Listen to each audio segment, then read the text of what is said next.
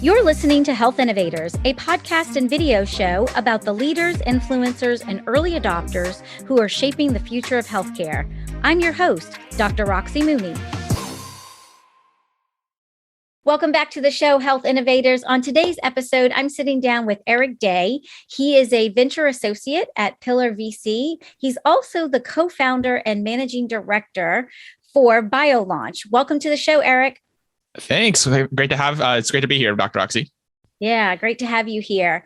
So I always like to start off by having my guests share a little bit about your background and what you've been doing these days, just to kind of give our audience a little bit of context for our conversation today.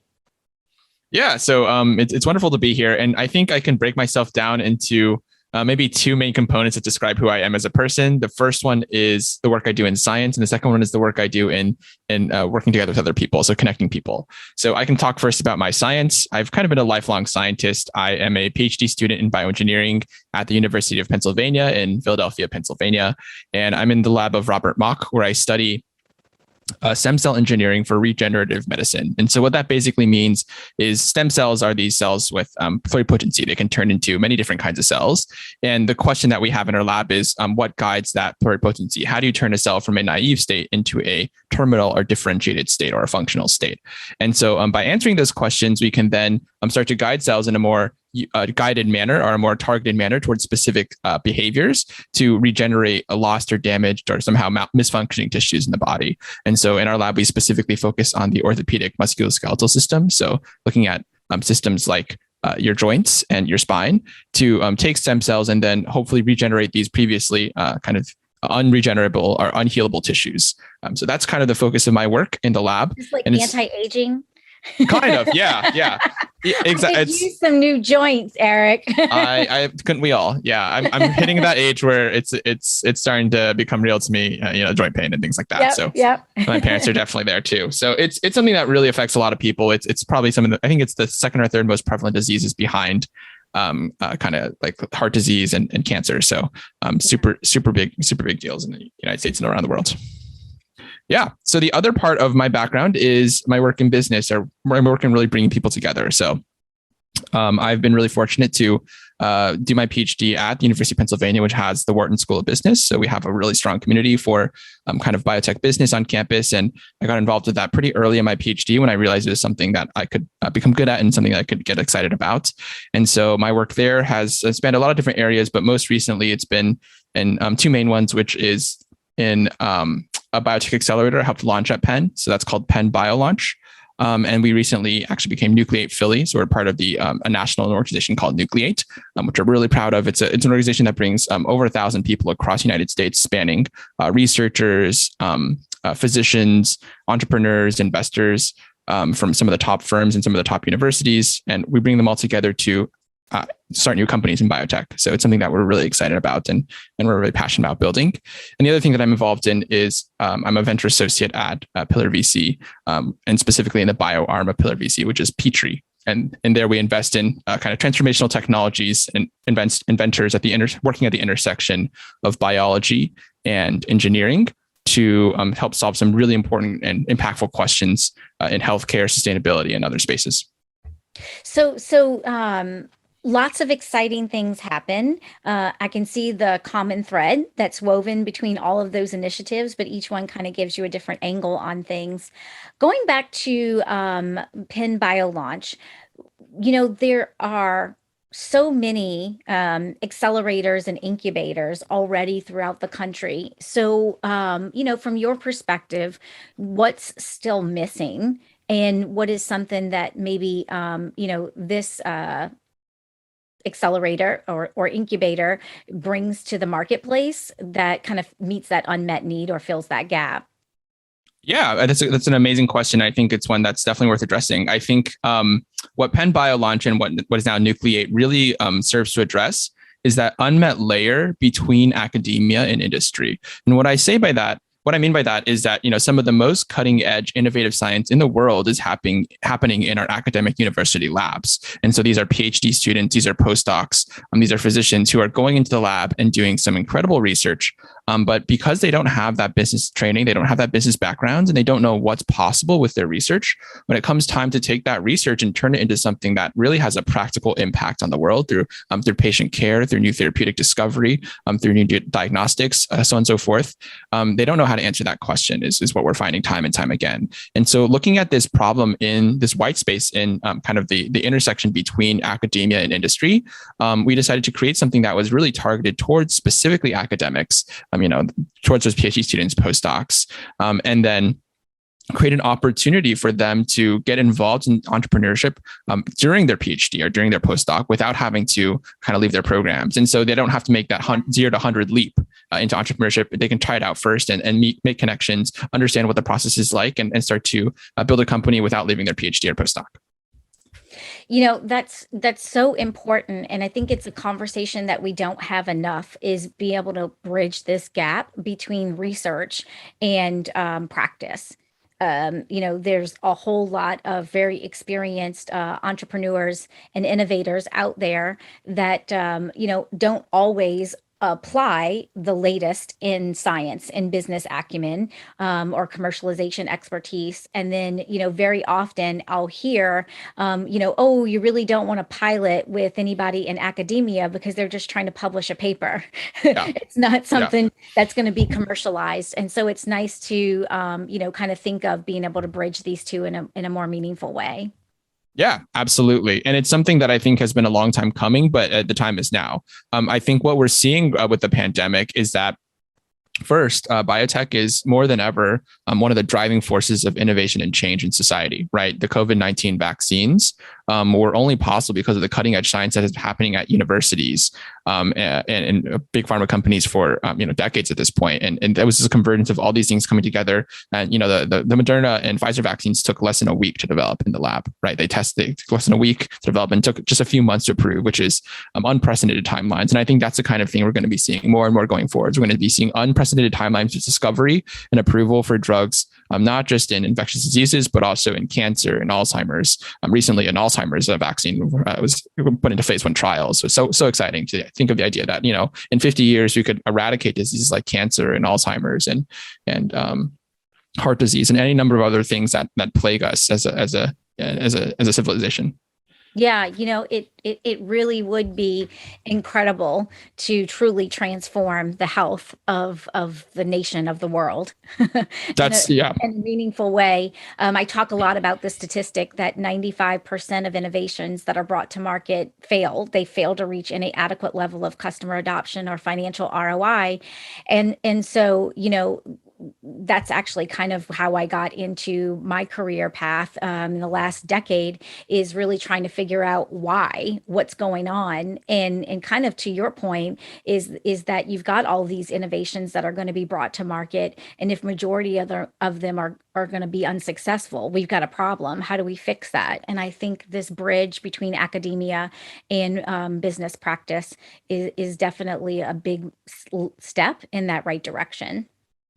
Totally.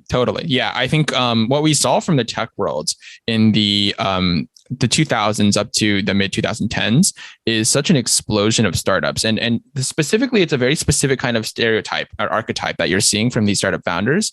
Generally, they're younger. Generally, they don't even necessarily have a bachelor's degree. They might have dropped out of undergrad.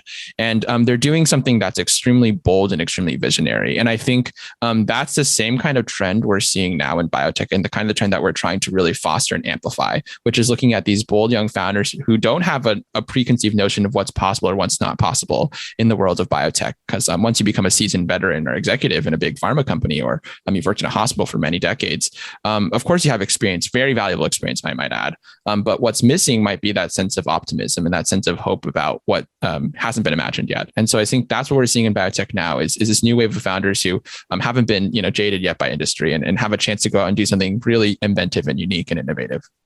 Yeah. And I mean, I think sometimes we just get fat and lazy, quite honestly. Okay. That happens too. Right. I Yeah. mean, we have a lot of success in our belt, and we just kind of like coasting along with the status quo. And so it's definitely nice to see an injection of new energy and enthusiasm to kind of reignite what can be. That's certainly happening. One of the things that stands out to me when we were, talking earlier, you mentioned the word kindness, and that is, I've talked to hundreds of innovators, I've done hundreds of interviews, and I've never had an entrepreneur talk about kindness in their it being one of their personal goals or professional goals. So let's just peel that back a little bit. Why is that word so meaningful to you, and how is it playing out in, personally and professionally? Yeah, I think kindness and probably more descriptively, even goodness, I think are some of the most important traits that you can have as not. I uh, So, Eric, we were talking earlier and you mentioned the word kindness, and that is a word that I don't hear very often. I've had conversations with hundreds of innovators and have, hundreds of guests on the show, and it's very rare that I hear someone talking about kindness and how that might fit into their personal and professional goals or even in the commercialization process. So, just kind of give our audience a little bit of color around what you mean by that and how that's playing a role in what you're doing.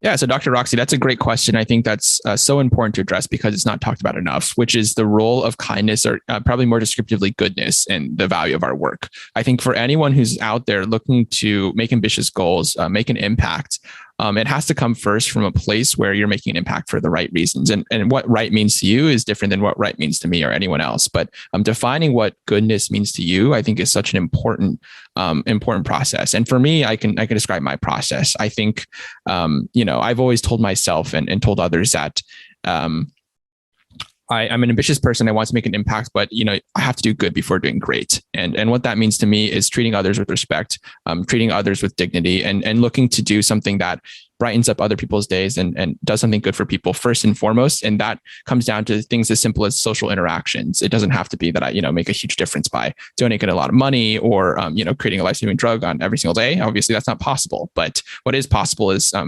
treating people, going out of your way to treat people with respect, remember the little details about them. And I think these kinds of things have a really strong, pay it forward kind of positive amplification effect, because when you make someone else's day a little bit better and you help them believe that they can achieve more tomorrow than they could have today, then that kind of effect, especially if they go on and do it for someone else, has such a positive feedback effect that you can't measure with any kind of metric. It's something that it just makes society innumerably better. So I'm all about it. Okay, so is that a millennial thing or is that an Eric thing?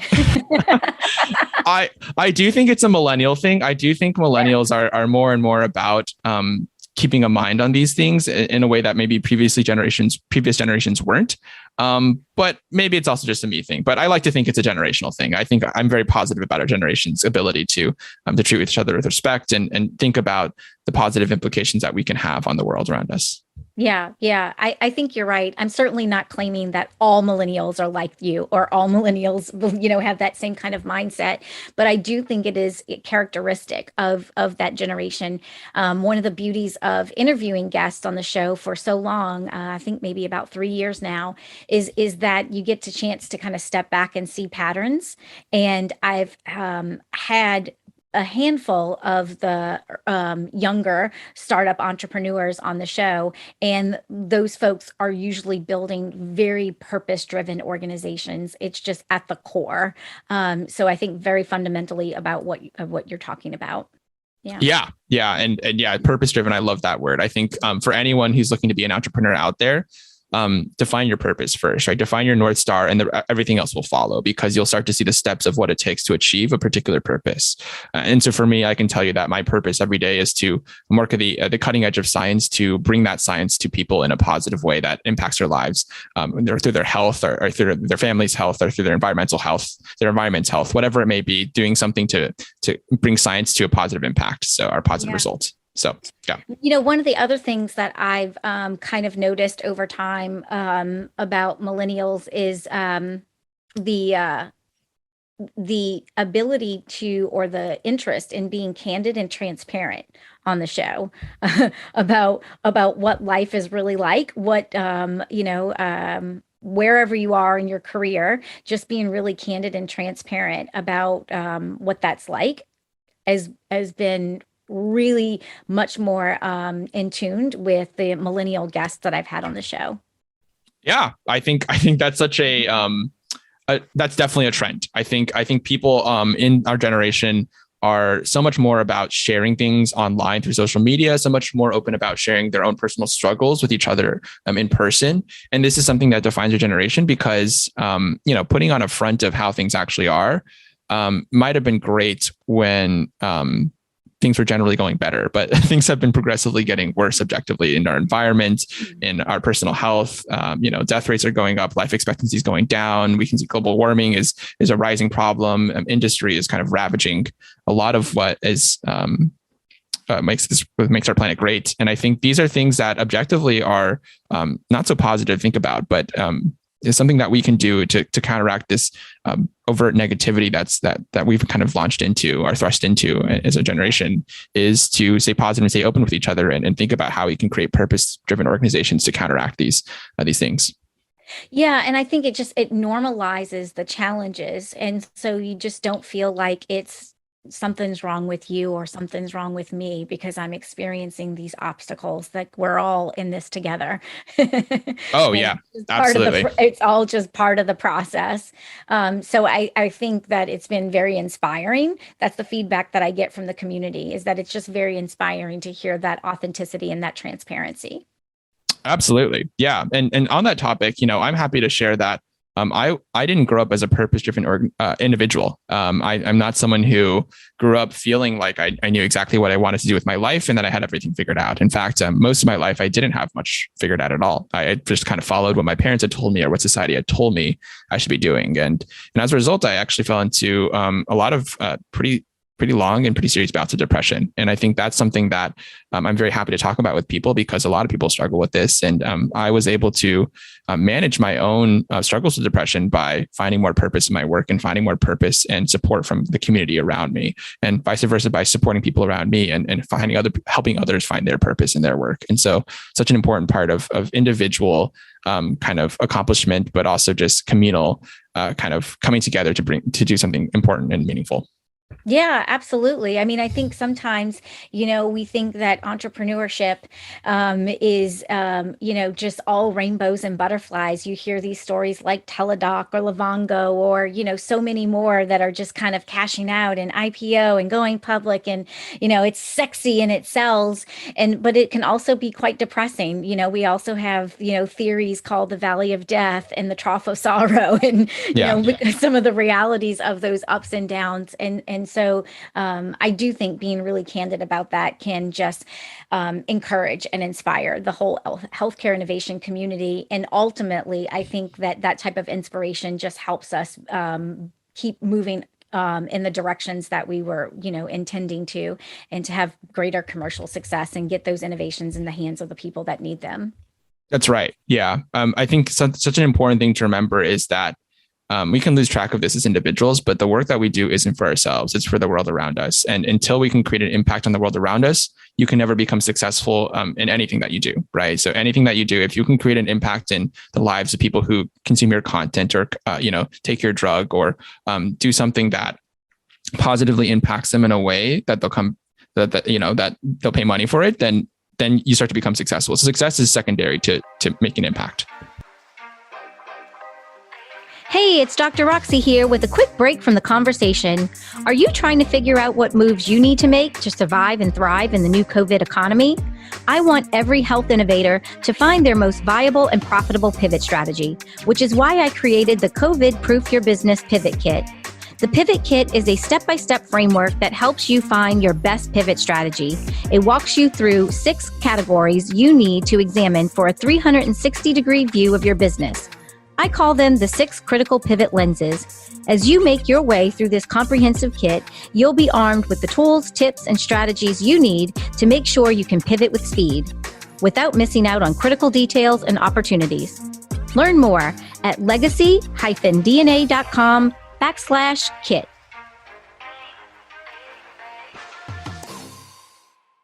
Isn't that like, duh, we're in healthcare, but it really is something to still be said because it needs to be said.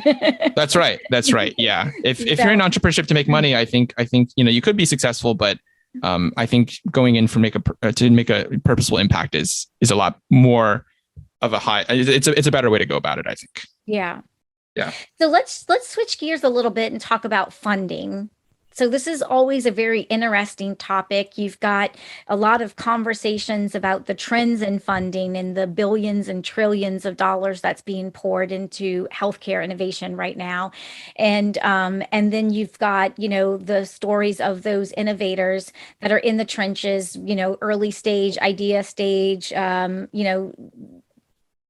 even after several seed rounds that are still struggling to raise money. So from your perspective, what are some of the things that are happening in the marketplace, and what do folks need to do to get funding? Yeah, that's an amazing question. So we can talk first about what's happening in the marketplace right now. So I think it's never been a better time to be in biotech. I think we have some of the most positive outlooks on the industry of biotech that we've had in probably decades, as far as I can tell. And the amount of money going into biotech at every stage, from the seed stage to Series A, all the way to IPO and kind of pharma acquisition, it's never been more positive in terms of the amount of money going in. So things are really exciting in biotech right now. But the frank truth is we have more money going into biotech than we have new startups. And so the amount of new startups being created right now, I don't think is actually changing much from 5 years ago, 10 years ago. It's just a higher injection of capital. And so to all those would-be entrepreneurs out there who are thinking, should I not try starting a company? And you've been on the tip of your tongue, or you've had an idea. Now is a better time than any, because there's more money than there are great startups. And so now is a great time to go into it. And so I guess going into the second topic, how you would raise money, I think there's plenty of people who know way more about this than I do. But what I can say is that the startups that really do a phenomenal job raising money know what their unique value proposition is, know how to sell it, and know that every single investor meeting is a chance to build a partnership. It's not where you're trying to raise money and then go on to your next round of raising money. It's trying to build a company a lifelong partner with the person that you're talking to. Lifelong partnership. And so think about building relationships over raising money. And when you start to build relationships, the money comes afterwards. Wow. Why are we missing that? I think we're missing that because the way that we talk about pitching and raising money feels like you're talking to an institution, but institutions are just collections or organizations of people. And so you're going to be talking probably to an associate first, and your first pass of trying to raise money. But if you already know the partners at a particular firm, then you can talk to the partners. But ultimately, there's going to be one or two people at most who gathered together, and they're making a decision about whether or not they're going to give you money. And so quit thinking about raising money as talking to an institution or talking to a pool of money, and start thinking about building relations with people who want to help you because they're partners with you. Yeah. I mean, that's such valuable advice. I can't tell you how many partners that I speak to that said, they're hearing, 5, 10, 15 pitches a day. And, half of them, they still have no idea what those folks do. Right. Yeah.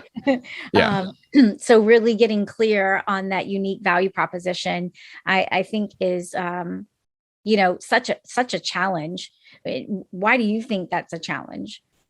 I think developing that USP. Yeah, that unique value proposition. I think it's a real challenge because first, you may not have kind of a technology that really is truly unique. So that's challenge number one. Like actually creating unique technology is really hard, right? If whether you're a scientist in the lab or you're a business person who's partnering with scientists, like that's really, really challenging, right? Or if you're in health tech, coming up with a unique spin towards healthcare deliveries or their payer in the PMP system, right? It's all really, really difficult stuff. So first and foremost, it's just challenging to begin with. So I don't want to underspeak kind of how difficult this is to create a unique product in the first place. Yeah. And the second aspect that's really hard is once you do have a unique product, let's say you do have that, you're at that point, then messaging it or delivering that message in a way where someone understands that there is a lot of complexity and nuance to your product or to your idea, that it can go a long way in delivering a lot of value to a lot of people without overcomplicating it or getting to the point where they're overwhelmed by the amount of information you're giving them. Hitting that sweet spot between the two is such a difficult thing. And so when you look at the truly incredible founders of our generation, I think they've all been able to do something very, very specifically, which is being able to deliver exactly the message they have in mind without either underwhelming or overwhelming their audience. And so that, to all, all of those aspiring founders, when you can hit that point, then you've really kind of a sense, hit the jackpot. Yeah, and I've seen, I think a lot of times the conversation that I have with folks is like the chicken or the egg thing, right? Like I am maybe a scientist, maybe an engineer. I have the idea for this innovative tech or this innovative solution, but I am not an expert at developing value propositions or storytelling, or balancing, what's going to bring clarity versus too much detail. And now I've just like completely bored my audience or confuse them, at worst. And so, definitely needing resources, needing funding to be able to develop those core assets of the pitch, but also needing to be able to pitch, to be able to get the funding, to be able to, fund the better pitch. And I just see that that's something that a lot of folks still really struggle with. Yeah. Chicken or the egg question is a great way to put it. And I think, the frank truth of entrepreneurship too is that there are a lot of systemic biases that are in the world of entrepreneurship and fundraising, right? And so, it's a lot easier to raise money if you happen to come from one of those institutions, for example, as a scientist, where money typically flows towards, right? You're seeing a lot more funding go towards Harvard and Stanford and MIT than you are, at a lot of other great institutions that are doing amazing work. And so this is an example of just systemic bias that is extremely hard to overcome. And it's just the reality of the system that we live in. But what I will say is more than ever, those institutional barriers that separate us or, hierarchize us or layer us as individuals are starting to break down more and more. Nowadays, previously, if you weren't in Boston or the Bay Area, it was extremely hard to get in a meeting with a top investor. But nowadays, anyone can go on a Zoom meeting with anyone, right? And so these barriers are breaking down. So start thinking about, I love to think about how we can continue to accelerate that process of breaking down barriers and help people with great ideas get the money they deserve to make an impact. Sure. I think you make a really good point. I think one of the silver linings of COVID, and, there are certainly many of them, is one of them is the breaking down of those barriers and for us to kind of rethink how we connect with folks, in this digital or virtual world. And that certainly helps us get greater access to folks that we might not have come across in those more traditional face-to-face encounters.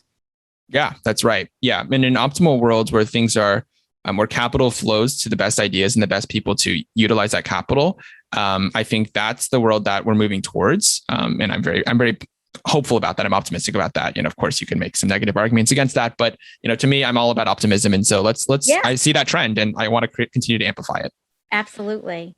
So let's talk about problem solution awareness and that challenge with early stage companies. So give our listeners a little bit of more context about this challenge, and then let's talk about it. Yeah, problem solution awareness. It's a little bit different than what you might normally hear, which is product market fit. So mostly entrepreneurs and VCs will talk about product market fit. But another component of product market fit, which is that idea that you have a particular product that you're selling or service that you're selling, the market needs is willing to pay money for, right?